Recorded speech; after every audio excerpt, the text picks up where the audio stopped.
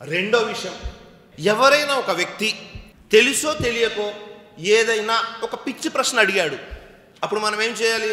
ఎవరైనా వ్యక్తి అడిగాడు అనుకోండి, మస్జిద్ యొక్క జిమ్మెదారులను, లేకపోతే మస్జిద్లో ఉన్న ఇమాములను, లేకపోతే జమాత్ యొక్క జిమ్మెదారులను, బాధ్యతాదారులను ఏదైనా ఒక ప్రశ్న అడిగాడు, వెంటనే మనం ఏమంటామంటే, నీకు అసలు బుర్ర పని చేస్తుందా లేదా?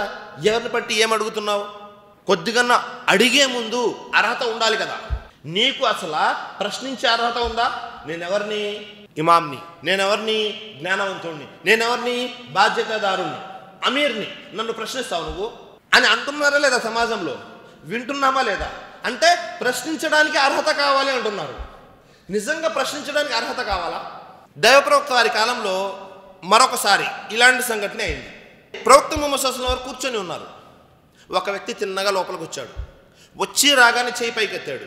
ఆ వ్యక్తి అన్నాడు, ప్రవక్త ఇహ్దిల్లి ఫి జినా, ప్రవక్త నాకు వ్యభిచారం చేసే అనుమతి ఇవ్వండి. ఇస్లాంలో ఉన్న అన్ని విషయాలు నేను పాటిస్తాను, ఇస్లాంలో ఉన్నటువంటి అన్ని విషయాలను నేను పాటిస్తాను, కానీ వ్యభిచారం నాకు అలవాటైపోయింది, మహా సరదా నాకు, అందుకని ఇహ్దిల్లి ఫి జినా, నాకు వ్యభిచారం చేసే అనుమతి ఇవ్వండి అని అడిగాడు. ఇదే ప్రశ్న ఇప్పుడు ఎవరైనా వచ్చి నేను ప్రసంగం చేస్తున్నాను గురుగారు అని ఈ ప్రశ్న అడిగారు, మనం ఏం చేస్తాము? ఇంకా గురుగారు రియాక్ట్ అవ్వలేదు, చుట్టూ ఉన్న వాళ్ళందరూ రియాక్ట్ అయిపోతారు. ఎవరిని పట్టుకొని ఏం అడుగుతున్నావు? మేము అంత దూరం నుంచి పిలిపించింది ఈ ప్రశ్న అడిగించుకోవడానికా అంటామా లేదా? లేదా ఆ వ్యక్తిని అసలు నీకు ప్రశ్న అడిగే స్థాయి ఉందా? ప్రవక్త వారు ఏం చేశారు? దూరంగా ఉన్నాడు ఆ వ్యక్తి, దగ్గరికి పిలిచారు నమ్మని.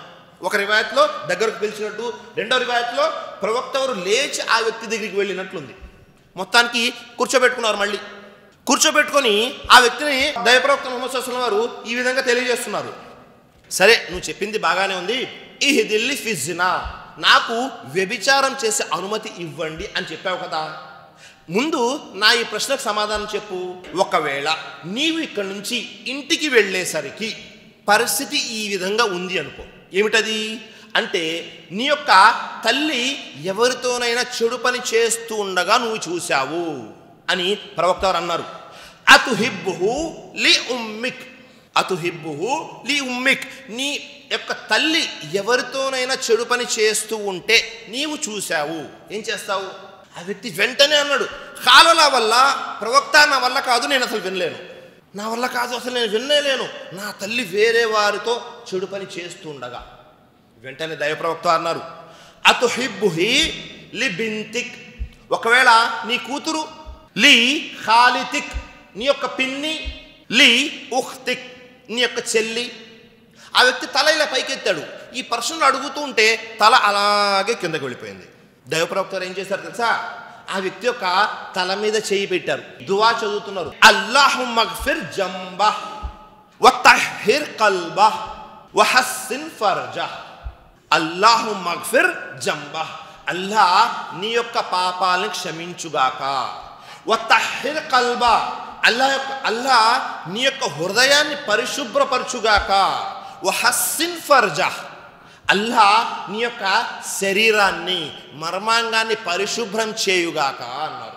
సుబ్హానల్లాహ్. ఆ వ్యక్తి పేరేమిటో చరిత్రలో లేదు, చరిత్రకారులు రాస్తున్నారు, ఆ వ్యక్తి అప్పుడు దించిన తల మళ్ళీ చనిపోయేంత వరకు ఎత్తలేదు.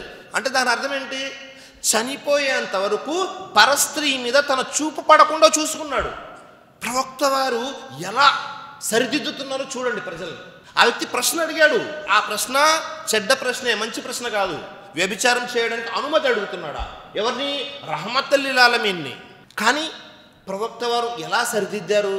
నీవు ఇంటికి వెళ్ళేసరికి నీ తల్లి కానీ, చెల్లి కానీ, పిన్ని కానీ, కూతురు కానీ ఇదే చెడు పని చేస్తూ ఉండగా నీవు చూస్తే అయిపోయింది. ఆ వ్యక్తి మనసులో ఉన్నటువంటి ఏదైతే పూర్తిగా చెడు అనేది పూర్తిగా బయటకు వెళ్ళిపోయింది. ప్రవక్త వారు దువా చేశారు.